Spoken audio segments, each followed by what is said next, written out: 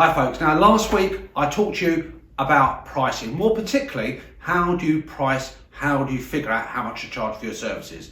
We talked about objectives, we talked about understanding your costs, and we also shared with you that beautiful, delightful pricing your services calculator. If you haven't seen it, check it out, it's fantastic, it'll give you the number crunching, the answers straight away.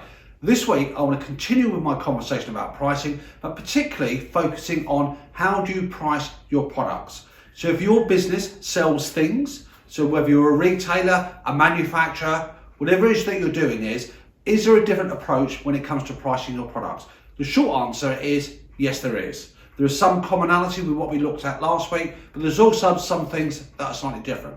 Now, the price that you choose is not one size fits all. It depends on what you want to achieve. So if you want to develop your marketplace, if you want to gain new customers, then you could look at things like discounting. Then you could look at things perhaps like premium pricing.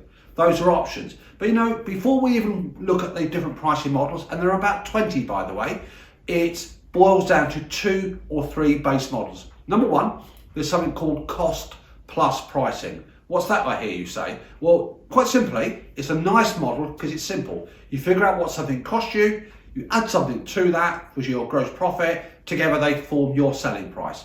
What's the advantage? Well, it's straightforward.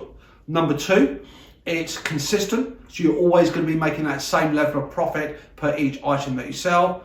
There are drawbacks to it though, and the drawbacks are you never challenge your costs, you always assume those costs stay the same. Number two, you've actually got to understand what your costs are, and what costs are. Check out some previous blogs where we talk about direct costs, variable, fixed, indirect costs, all those different terms, but you don't know your cost base, you can't do cost plus pricing. So yes, it's good, but it might be out of step with what your customers want. But it's still a method that's used by lots of businesses.